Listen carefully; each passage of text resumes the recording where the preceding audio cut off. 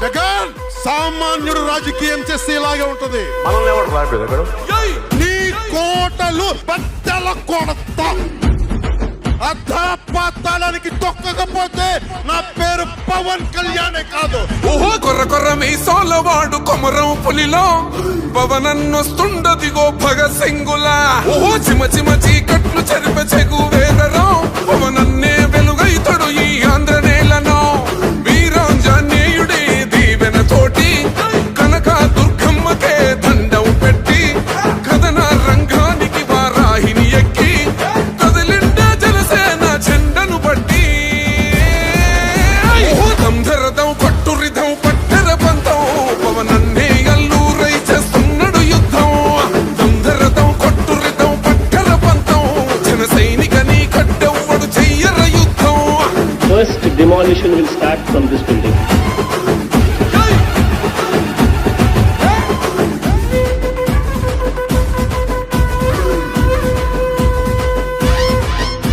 మహనీయుల తీరు మారుమోగే పేరు నీతిగల్లా జోరు పవనన్నది చూడు.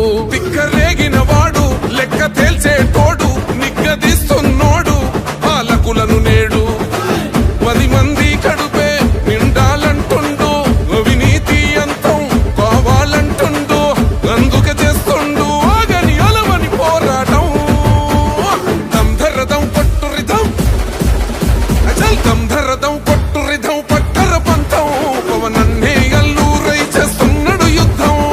దంధరదం కొట్టురిదం పట్టర పంతం జన సైనికని కట్టెవ్వడు చెయ్యర యుద్ధం.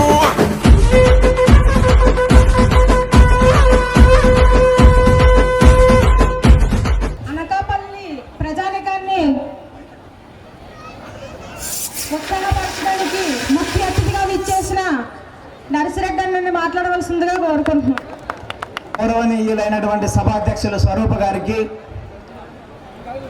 కొనతాల రత్నకుమార్ గారికి, తెలుగుదేశం జనసేన భారతీయ జనతా పార్టీ ఉమ్మడి అభ్యర్థి పెద్దలు కొనతాల రామకృష్ణ గారు, వారు మనిషి గంభీరం, మనసు గంగాతరంగం, మాటల్లో మంచితనం, చూపుల్లో చురుకుదనం, పనులలో చక్కదనం, పార్టీలో పచ్చదనానికి నిలువెత్తు నిదర్శనమని ఈ సందర్భంగా గుర్తు చేస్తున్నా. సాయంత్రం వేళ దేదీప్యమానమైన వెలుగుల మధ్య సభా ప్రాంగణం అంతా మైలరాజనం చేత ప్రభంజనం చేత ఒక ఊగుతున్నటువంటి పరిస్థితి చూస్తున్నాం. అనకాపల్లి పురవీధుల నుంచి నగరం నలుమూలల నుంచి తరలి వచ్చిన మైలాజన ప్రభంజనానికి పత్రికా విలేకరులకు, మీడియా సోదరులకు మంగళ హారతుల చేత, సోదర భావాల చేత, మమతా మమకారాల చేత, ఆదరాభిమానాల చేత స్వాగతం సుస్వాగతం అని తెలియజేస్తున్నాను. అందుకనే నారీ సోదరీమణుల ఈ సభను చూస్తూ ఉంటే నేను ఎన్నికల ప్రచార సభకు వచ్చినట్టుగా లేదు, నేను ఇది విజయోత్సవ సభను తలపిస్తున్నది అని సందర్భంగా మీకు అందరికీ గుర్తు చేస్తున్నా. అందుకనే మహిళలు ముఖ్యంగా ఏకమై ఏకతాటిపైకి వచ్చి కూటమి అభ్యర్థాన్ని గెలిపించడానికి వచ్చిన మీ అందరికీ మరోసారి మనస్ఫూర్తిగా అభినందనలు తెలియజేస్తున్నాను. కుటుంబ భారాన్ని మొయ్యగలరు, ఉద్యోగం చేయగలరు, రాజకీయాల్లో రాణించగలరు, రాజ్యాన్ని పాలించగలరు. ఈ జగన్మోహన్ రెడ్డి అవినీతి ప్రభుత్వాన్ని అంతం చేయడానికి పంతం పట్టినటువంటి మీ అందరినీ మనస్ఫూర్తిగా అభినందిస్తున్నాను. అందుకనే కరోనా వచ్చినా బతకొచ్చు, మరోసారి జగన్మోహన్ రెడ్డి అధికారంలోకి వస్తే బతకలేము అని ఈ రాష్ట్రంలో ప్రతి ఒక్కరి పరిస్థితి. నేను ఫ్లైట్లో వచ్చేటప్పుడు నా పక్కకు ఉన్న వ్యక్తిని ఒక తాతని అడిగిన, ఏం తాత జగన్మోహన్ రెడ్డి పరిపాలన ఎట్లుంది అని అడిగితే, ఏరి కోరి తెచ్చుకున్న మొగడు ఎగిరెగిరి తంతి ఎట్లుందో మా పరిస్థితి అట్లా ఉంది అని చెప్పేటువంటి పరిస్థితి ఉంది. ఈ రాష్ట్రంలో ఆంధ్రప్రదేశ్ 5 సంవత్సరాలుగా అప్పుడు తప్ప అభివృద్ధి లేదు, షాడిజం తప్ప టూరిజం లేదు, కూల్చడం తప్ప కట్టడం లేదు, దుర్బుద్ధి తప్ప అభివృద్ధి లేదు, స్కాములు తప్ప స్కీములు లేవు, వైలెన్స్ తప్ప సైలెన్స్ లేవు. రాష్ట్రం అప్పుల్లో ఉంది. జగన్మోహన్ రెడ్డి ఆస్తులు పెరుగుతున్నాయి. మొన్ననే అఫిడవిట్ల జగన్మోహన్ రెడ్డి ఆస్తులు 5 సంవత్సరాల 41% ఆస్తులు పెరిగినాయి. ఈ రాష్ట్రంలో ఉన్నటువంటి ప్రజల ఆస్తుల విలువలు ఎందుకు తగ్గుతున్నాయి? జగన్మోహన్ రెడ్డి నీ ఆస్తుల విలువలు ఎందుకు పెరుగుతున్నాయో చెప్పగలవా అని సందర్భంగా మనవి చేస్తున్నా. జగన్మోహన్ రెడ్డి అధికారంలోకి వచ్చిన తర్వాత దాడుల ద్వారా, దౌర్జన్యం ద్వారా, ఆర్థిక విధ్వంసం ద్వారా, సహజ వనరుల దోపిడీ ద్వారా, అవినీతి అక్రమాల ద్వారా సాగిస్తుండు. ఖజానాని ఖాళీ చేసిండు, సహజ వనరుల లూటీ చేసిండు, రిషికొండకు గుండు కొట్టిండు. ఇవాళ కొత్త టైటిలింగ్ యాక్ట్ తోటి భూములతోటి మీ ఆస్తులకు ఎసరు పెట్టేటువంటి పరిస్థితి ఉంది.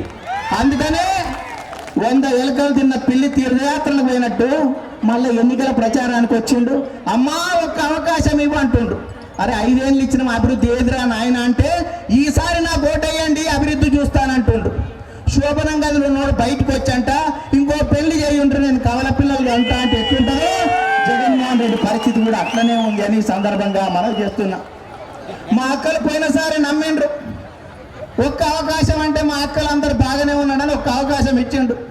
జగన్కు ఒక్క అవకాశం ఇస్తే ఇంట్లో వెలుగువాయే, బడిలో తెలుగువాయే, నదిలో ఇసుక వాయే, గుడిలో విగ్రహాలు వాయే, కాపుల రిజర్వేషన్లు వాయే, పోలవరం ఆగిపోయే, నేరాలు మెరిగిపోయే, ఘోరాలు జరిగిపోయే, రాష్ట్రం అప్పులు వాయే, ఆస్తులు తనఖకు వాయే, తల్లికి గౌరవాధ్యక్ష పదవికి వాయే, చెల్లె ఆస్తి వాయే, బాబాయిని పైకి పంపిండు, బాబుని జైలుకు పంపిండు.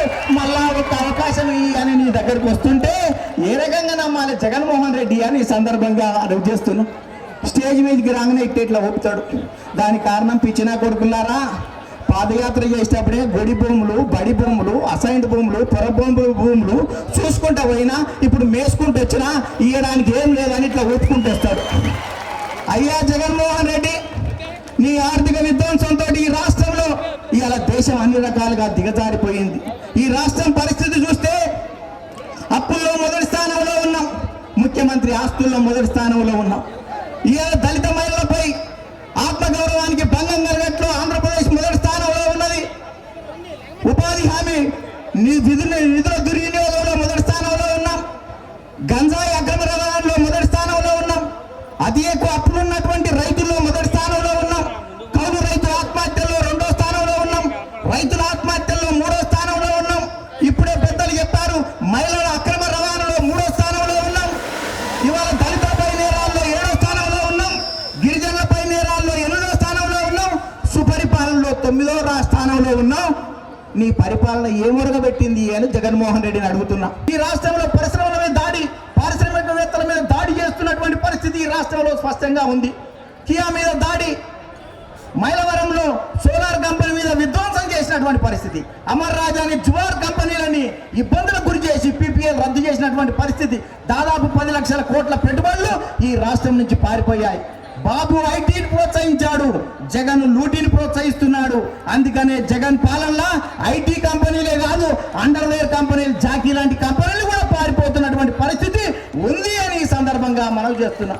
చంద్రబాబు నాయుడు గారు అధికారంలో ఉన్నప్పుడు ఈ ప్రాంతంలో గతంలో ప్రభుత్వంలో తేయాకు తోటలు ఉండే మన్యంలో ఇవాళ జగన్మోహన్ రెడ్డి అధికారంలోకి వచ్చిన తర్వాత 25,000 ఎకరాలలో గంజాయి సాగవుతున్నటువంటి పరిస్థితి ఉంది. అందుకనే సోదరులారా, మనం అందరం ఆలోచించాలి. నేను బటన్ నొక్కాను 130 సార్లు, నా కోసం ఒక్కసారి బటన్ నొక్కరాదు అంటుండు.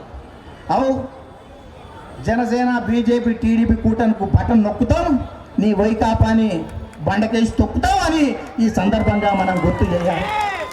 అయ్యా జగన్మోహన్ రెడ్డి, ఈయనేం బటన్స్ నొక్కుతాడు.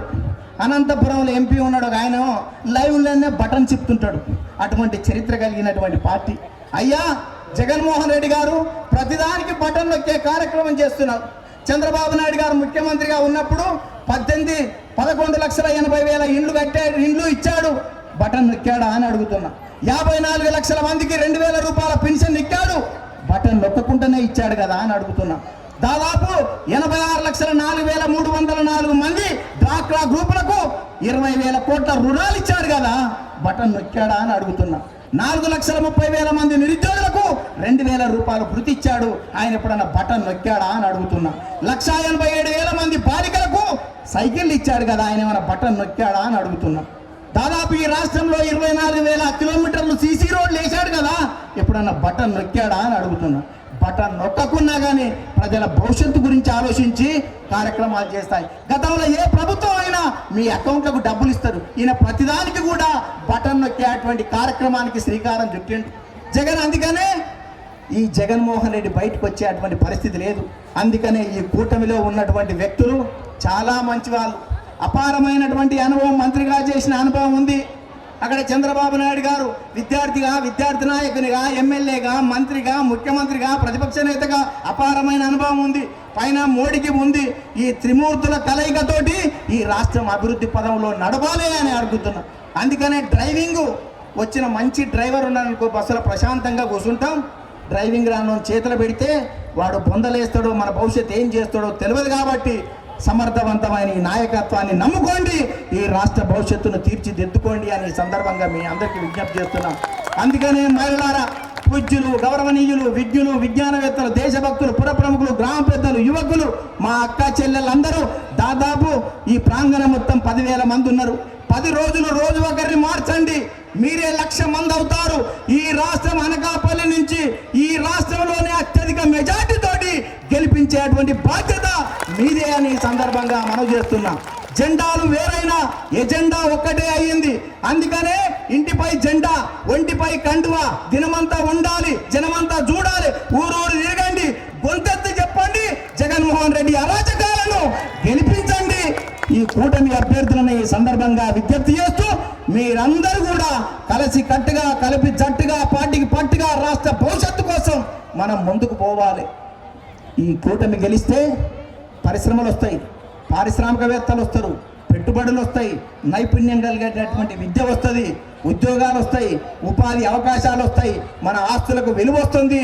అన్ని రకాలుగా మనం ముందుకు పోతాం. అందుకనే విప్రో రావాలంటే కూటమి అభ్యర్థికి వేయాలి, విసనకర్ర రావాలంటే జగన్మోహన్ రెడ్డికి వేయాలి, గూగుల్ రావాలంటే కూటమి అభ్యర్థికి వేయండి, గులకరాలు రావాలంటే జగన్మోహన్ రెడ్డికి వేయాలనేటువంటి పరిస్థితి రాష్ట్రంలో ఉంది. అందుకనే మీరందరూ కూడా పెద్ద ఎత్తున వీళ్ళను దీవించండి, అఖండ మెజార్టీతో గెలిపించండి అని విజ్ఞప్తి చేస్తూ ముగిస్తున్నాను. ధన్యవాదాలు. అందరికీ నమస్కారం. ఇంతమంది మహిళల్ని ఉద్దేశిస్తూ మాట్లాడడం ఇదే మొదటిసారి. అందుకనే మీ అందరూ దీవెనలు నా పైన, మా తండ్రి గారి పైన ఉంటుందని నేను కోరుకుంటున్నానండి. ఎవరికైనా ఇప్పుడు చాలామంది వైసీపీ నేతలు ప్రచారం చేసుకుంటున్నారు, మహిళలంతా మన సైడే ఉన్నారు, ఏం భయం లేదు, జగన్మోహన్ బటన్ నొక్కితే నేరుగా వాళ్ళందరికీ చాలా హెల్ప్ అయ్యని అనుకుంటున్నారు. ఒక్కసారి ఇక్కడ వచ్చి చూడండి ఎంతమంది మహిళలు ఇక్కడ ఉన్నారో. అస్సలు భయమే లేదు, మహిళలంతా కూడా మన కూటమి వెంటే ఉన్నారు. సో గెలుపు మనదే. మెజారిటీ ఎంత అనేది డిసైడ్ చేసేది మీరే. కాబట్టి ఇంటింటికి వెళ్ళి ప్రతి ఒక్కరూ మనల్ని అత్యంత మెజారిటీతో గెలిపేయాలని కోరుకున్నాం. సీఎం రమేష్ గారు ఇక్కడ రావడానికి ముందు నరేంద్ర మోడీ గారు, పవన్ కళ్యాణ్ గారు, అలాగే చంద్రబాబు నాయుడు గారు ముగ్గురు డిస్కస్ చేసుకుని ఈ ప్రాంతానికి ఏ నాయకుడిని పంపిస్తే ఈ ప్రాంతం అభివృద్ధి అవుతుందని ఆలోచించి సీఎం రమేష్ గారిని పంపించడం జరిగింది. ఏం భయం లేదు. చాలా మంది చెప్తున్నారు ఈయన లోకల్ కాదు, లోకల్ కాదు, లోకల్ కాదు అని. ఇక్కడ ఉన్న లోకల్ బూడి ముత్యాల నాయుడు ఏం చేశాడండి? సిగ్గుందా నీకు? లోకల్ లోకల్ లోకల్ అని చెప్తున్నావు. ఇక్కడ లోకల్ గా ఉండి నువ్వు ఈ ప్రజల కోసం ఏం చేసావు?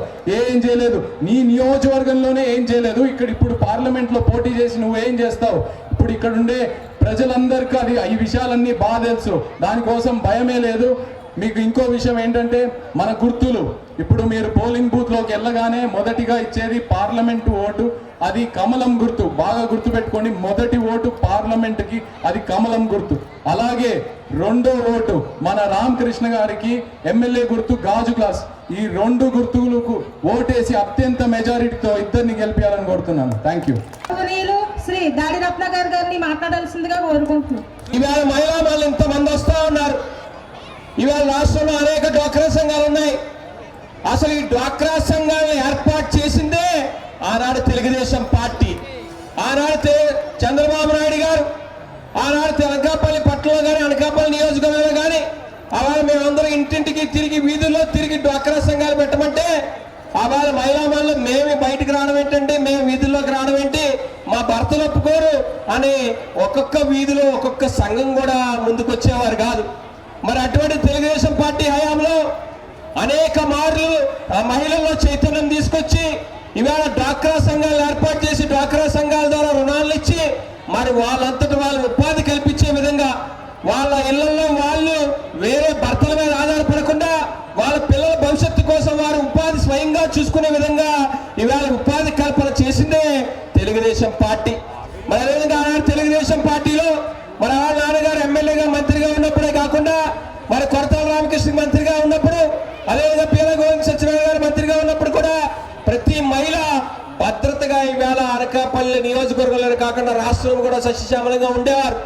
మరి ఇందాకట మన నర్సిరెడ్డి గారు చెప్పినట్టుగా ఇవాళ రాష్ట్రంలో మన ఇంట్లో ఉన్నటువంటి ఆడపిల్ల బయటికి వెళ్తే అయితే చదువుకోవడానికి వెళ్ళొచ్చు, లేకపోతే ఏదో ఫంక్షన్కి వెళ్ళొచ్చు, లేకపోతే ఏదైనా పెళ్లికి వెళ్తే మళ్ళీ వైఎస్ఆర్ పార్టీ పరిపాలనలో తిరిగి ఇంటికి చేరుతుందా లేదా అనేటువంటి భయం ఈవేళ నెలకొని ఉంది. ఈ ఎన్నికల్లో బీజేపీ, జనసేన, తెలుగుదేశం పార్టీ బలపరిచినటువంటి అభ్యర్థుల్ని ఈవేళ మన అనకాపల్లిలో ఒక ఉద్దండుల్ని ఈవేళ నిల్చోబెట్టారు.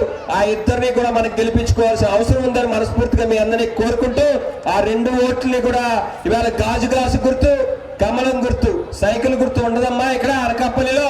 దయచేసి సైకిల్ కోసం వెదక్కండి. ఇవాళ గాజు గ్లాసు గుర్తు, అలాగే కమలం గుర్తు 2 ఓట్లు ఎక్కడున్నాయో ఎదుర్కొని ఓటు వేసి మళ్ళీ మన భవిష్యత్తుకి మళ్ళీ పునాది వేసుకోవాలని చెప్పి మనస్ఫూర్తిగా కోరుకుంటూ సెలవు తీసుకుంటా ఉన్నా. జై తెలుగు. శ్రీ టీడీపీ నియోజకవర్గ ఇన్ఛార్జ్ శ్రీ పీలగామి సత్యనారాయణ గారిని మాట్లాడాల్సిందిగా అందరికీ నమస్కారం. కాలం టైం ఎక్కువ ముందుగా మా అక్క చెల్లెలందరికీ పేరు పేరున ఉదయపూర్వ నమస్కారాలు. అమ్మ ఇప్పటి వరకు అంత క్లుప్తంగా మన నరిసిరెడ్డి అని చెప్పారు, మీ అందరికీ అర్థమైంది. నా రిక్వెస్ట్ ఒకటే, మీరు జనాల్లోకి తీసుకోవాల్సింది 3 అంశాలు. ఈరోజు ఈ వైసీపీ ప్రభుత్వం ప్రతి ఒక్కరు కూడా ఒక కక్ష సాధింపు వేధింపుతో కారున్నా, ఇల్లు పెద్దదున్నా, కరెంటు బిల్లు ఎక్కువ వచ్చినా పెన్షన్ తీశారు. వాళ్ళందరికీ మీరు హామీ ఇవ్వండి. పంతాల రామకృష్ణ తరపున మీరు హామీ ఇవ్వండి. పంతాల రామకృష్ణ మీ అందరి ఆశీస్సుతో ఎమ్మెల్యే గెలుస్తారు, మళ్ళీ మంత్రి అవుతారు. వాళ్ళందరూ కూడా పింఛన్లు ఇస్తారని మీ అందరూ కూడా చెప్పండి. మళ్ళీ రెండో ముఖ్య అవసరం రేషన్ కార్డు.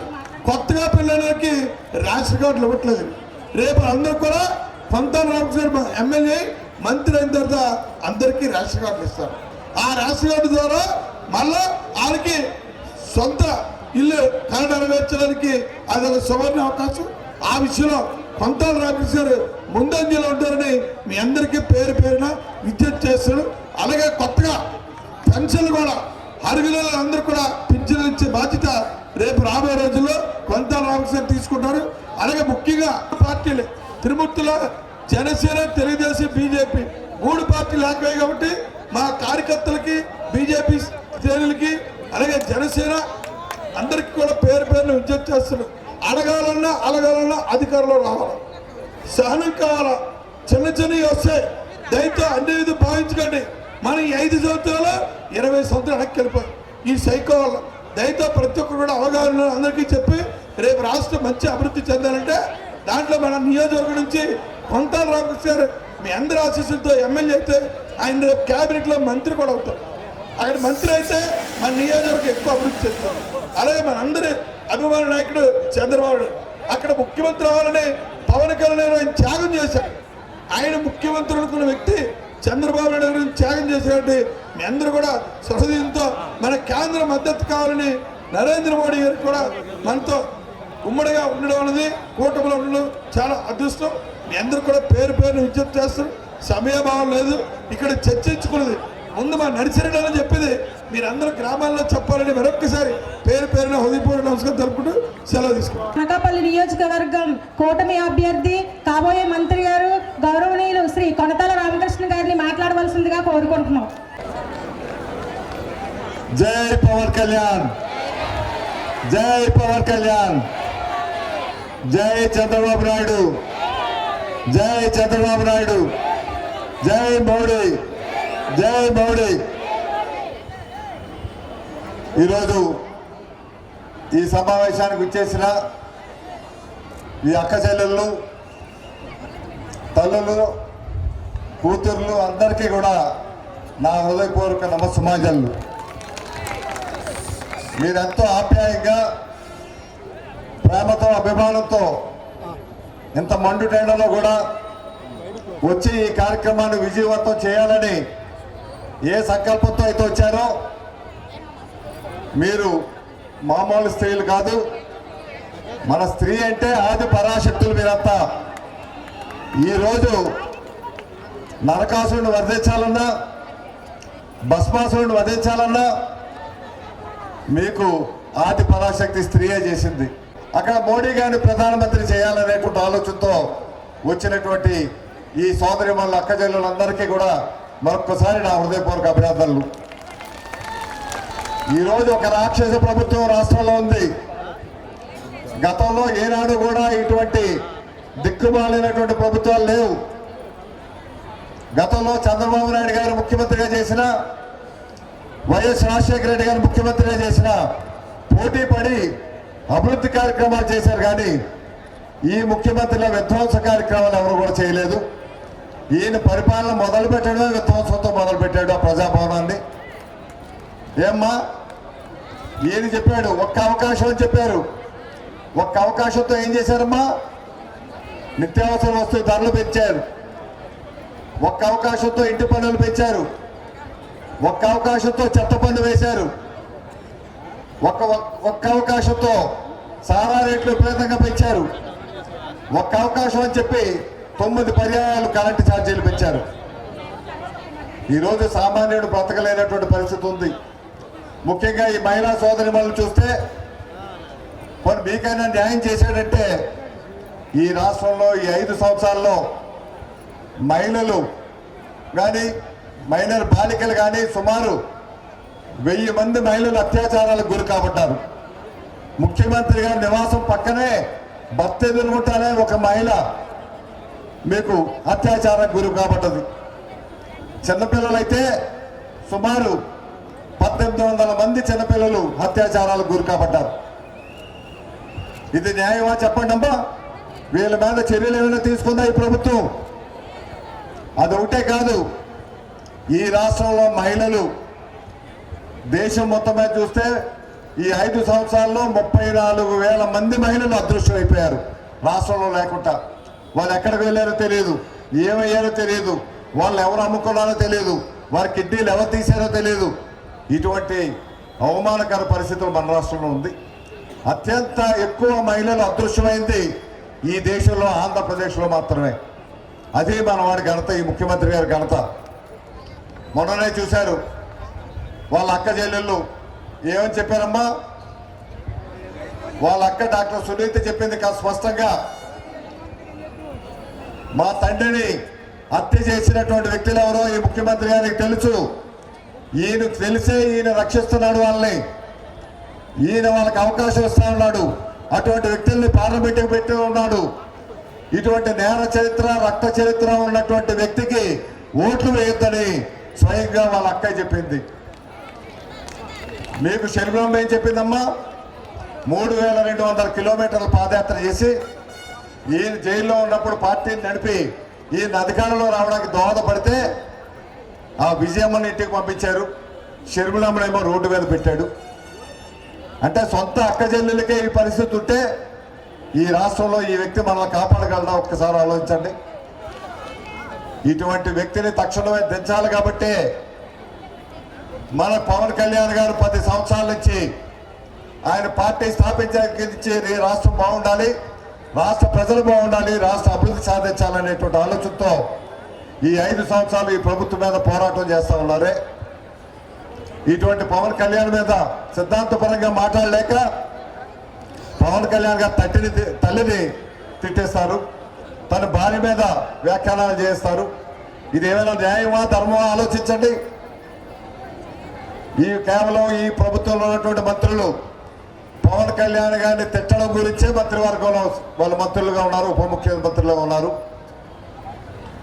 ఈరోజు పవన్ కళ్యాణ్ గారు ఒక్కటే శపథం చేశారు, ఈ దుష్ట ప్రభుత్వం, ఈ కక్ష సాధించే ప్రభుత్వం, ఈ దోపిడీ ప్రభుత్వాన్ని గద్దె దించితేనే కానీ నా పేరు పవన్ కళ్యాణ్ కాదని చెప్పారో లేదో చెప్పండి అమ్మా.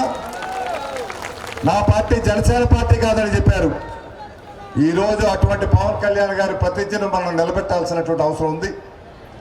ఈరోజు నేనైతే రాజకీయాలకు దూరంగా ఉండాలనుకున్నాను, నేను రాజకీయాలు అసలు విరమించుకోవాలనుకున్నాను, పోటీ చేయాలని అసలు అనుకోలేదు. కానీ కేవలం పవన్ కళ్యాణ్ గారు ఒంటరి పోరాటం చేస్తున్నారు, వారితో కలిసి పోరాటం చేయాలి అని ఆయన పిలుపు మేరకు మాత్రమే నేను మళ్ళీ రాజకీయాలకు రావడం జరిగింది. ఇటువంటి వ్యక్తి ఈ రాష్ట్ర రాజకీయాలకు అవసరం. ఒక నీతి నిజాయితీతో, ఒక చిత్తశుద్ధితో ఈ రాష్ట్రానికి, ఈ రాష్ట్ర అభివృద్ధి చేయాలనేటువంటి తపనతో పనిచేస్తున్నటువంటి వ్యక్తి పవన్ కళ్యాణ్ గారు. ఏమిటి ఏ రోజైనా ఆయన పదవి గురించి ఆశించారో చెప్పండి అమ్మా? ఏ రోజు పదవి గురించి ఆలోచించలేదు. నిజంగా ఆయన పదవి కావాలనుకుంటే 2014లోనే ఆయన పార్టీ స్థాపించినప్పుడు చంద్రబాబు నాయుడు గారు ముఖ్యమంత్రి అవడానికి దోహదపడ్డారు. మోడీ గారికి కూడా వారు పూర్తిగా మద్దతు ఇచ్చారు. అటువంటి పరిస్థితుల్లో కేంద్రంలో కావాలంటే మోడీ గారు పదవి ఇచ్చి ఉండేవారు, మంత్రి పదవి ఇచ్చి ఉండేవారు, ఇటు రాష్ట్రంలో చంద్రబాబు నాయుడు గారు ఇచ్చి ఉండేవారు. కానీ ఏ రోజు కూడా పదవి తీసుకోలేదు ఆయన. ఈ రోజు కూడా 2014 అయింది, 2024 అయింది. 2024లో కూడా ఆయనకి అవకాశం వచ్చినా ఆయన ముఖ్యమంత్రి కావాలని ఏ రోజు కూడా కోరుకోలేదు. ఈ రోజు రాష్ట్రం అన్ని రంగాల్లో కూడా నాశనం అయిపోతుంది కాబట్టి పరిపాలన దక్షత ఉన్నటువంటి చంద్రబాబు నాయుడు గారే ముఖ్యమంత్రి కావాలని ఆయన్ని జైల్లో పెట్టినప్పుడే ఆయనకు మద్దతు ఇచ్చి అక్కడికి వెళ్ళి జైలు దగ్గర ప్రకటించారు, మనం కలిసి పోటీ చేస్తున్నామని చెప్పి స్పష్టంగా చెప్పారు. ఆ రోజే ఈ కూటమి ప్రభుత్వం విజయం ఖాయమైంది. ఎవరైనా రాజకీయ నాయకులు ఉంటారో చెప్పండి, ఈ రకంగా మాకు పదవి అక్కర్లేదు, అధికారం అక్కర్లేదు, ఈ రాష్ట్రం బాగుండాలని చెప్పి చంద్రబాబు నాయుడు గారికి ఎటువంటి అభ్యంతరాలు లేకుండా మద్దతు ప్రకటించారు. ప్రకటించడమే కాదు, మనకి మోడీ గారి సహకారం కూడా కావాలి. ఈ రాష్ట్రం ఒక్కరోజు నడవాలన్నా బీజేపీ ప్రభుత్వం మోడీ గారి సహకారం లేకపోతే ఈ రాష్ట్రం ముందుకు ప్రయాణించదు. మనకి స్టీల్ ప్లాంట్ ప్రైవేటీకరణ కాకుండా ఆపాలన్నా, ఒక పోలవరం ప్రాజెక్టు పూర్తి చేసుకోవాలన్నా, ఒక ఉత్తరాంధ్ర సుజల సమితి మనం ఉత్తరాంధ్ర 3 జిల్లాలకి 8 లక్షల ఎకరాలు సాగునీరు కావాలన్నా మళ్ళీ మోడీ గారి సహకారం కావాలి. ఈ ఉత్తరాంధ్ర వెనుకబాటుతనం పోవాలంటే మళ్ళీ మోడీ గారి సహకారం కావాలి. మన రాజధాని నిర్మించాలంటే మోడీ గారి సహకారం కావాలి. అందుకే కేవలం పవన్ కళ్యాణ్ గారి వల్లే ఇది సాధ్యపడ్డది. ఆయన మోడీ గారితో మాట్లాడారు కాబట్టి ఈ కూటమిలో భాగస్వాములు అయ్యారు. ఈ కూటమిలో భాగస్వాములైనటువంటి మోడీ గారికి మనం అందరూ కూడా అభినందనలు తెలియపరచాల్సినటువంటి అవసరం ఎంతైనా ఉంది. ఈరోజు మోడీ గారు ఈ కూటమితో కలిసిన వెంటనే మన గెలుపు శిలాశాసనం మీద రాసినట్టు అయింది లిఖితపూర్వకంగా. ఈరోజు మంచి ప్రభుత్వాన్ని ఈరోజు త్రిమూర్తులుగా వీళ్ళు కలిశారు. ఇటువంటి ప్రభుత్వాన్ని మనం పొత్తు ప్రభుత్వాన్ని ముందుకు తీసుకువెళ్ళాలి. ఈరోజు ఈ ప్రభుత్వం ద్వారా మంచి సంక్షేమ కార్యక్రమాలు కాదు, అభివృద్ధి కార్యక్రమాలు కూడా మనకు జరిగేటువంటి పరిస్థితులు ఉన్నాయి. కాబట్టి మీరందరూ కూడా దయతలిచి ఈరోజు ఈ కూటమిని గెలిపించే విధంగా మీరు ఈసరికే నిర్ణయించుకున్నారు. మీతో పాటు మీ పక్కింటి వాళ్ళని, మీ బంధువుల్ని వాళ్ళందరూ కూడా చెప్పాలి. చెప్పి వాళ్ళు ఈ కూటమికి మద్దతు తెలియపరిచే విధంగా చేయాలి. మనకి మీకు 2 ఓట్లు ఇస్తారు. ఏమ్మా 2 ఓట్లు ఎవరికి వేస్తారు? ఒకటి మొదటి ఇచ్చేది మీకు ఎంపీ గారిది ఇస్తారు బ్యాలెట్. తెల్ల బ్యాలెట్ మీద కమలం గుర్తుంటుంది. దానికి ఓటు వేస్తే మన దేశ ప్రధానిని 3వసారి ప్రధాని అవడానికి మనం ఓటు వేసి గెలిపించిన వాళ్ళు అవుతాం. మన సీఎం రమేష్ గారిని పార్లమెంట్ సభ్యులుగా గెలిపించుకుంటాం. సీఎం రమేష్ గారి వల్ల మనం ఎన్నో అభివృద్ధి కార్యక్రమాలు చేసుకోవడానికి అవకాశం ఉంది. అదేవిధంగా గాజు గ్లాస్కి వేస్తే ఎవరు ముఖ్యమంత్రి అవుతారమ్మా? మీకు 2వ బ్యాలెట్ ఇస్తారు. 2వ బ్యాలెట్ గులాబీ రంగులో ఉంటుంది. ఆ బ్యాలెట్ మీద ఓటు వేస్తే చంద్రబాబు నాయుడు గారు ముఖ్యమంత్రి అవుతారు. వీళ్ళిద్దరినీ కలిపి నడిపించేది ఎవరమ్మా? వీళ్ళు రథసారథి పవన్ కళ్యాణ్ మళ్ళీ కూడా ఉంటారు అక్కడ. ఆయనకు పదవులు అక్కర్లేదు, ఆయన ముఖ్యమంత్రి పదవులు అక్కర్లేదు. ఆయన ముఖ్యమంత్రిని తయారు చేసేటువంటి ఒక మహారాజు, కింగ్ మేకర్. ఆయన రాజులను తయారు చేసే రారాజు పవన్ కళ్యాణ్ గారు. ఈరోజు అటువంటి పవన్ కళ్యాణ్ గారి నాయకత్వం మనం కాపాడుకోవాల్సినటువంటి అవసరం ఈ రాష్ట్రంలో ఉంది. దయచేసి మీరందరూ కూడా ఆలోచించి పవన్ కళ్యాణ్ గారి నాయకత్వాన్ని, చంద్రబాబు నాయుడు గారి నాయకత్వాన్ని, మోడీ నాయకత్వాన్ని మీరందరూ కూడా సహకరించి చేయాల్సిందిగా కోరుతూ ఈ అవకాశం ఇచ్చిన మీ అందరికీ ఎంతో వ్యయ ప్రయాసాలతో మీరంతా వచ్చిన మీ అందరికీ కూడా మరొక్కసారి నా హృదయపూర్వక పాదాభివందనాలు. జై హింద్. జై జనసేన.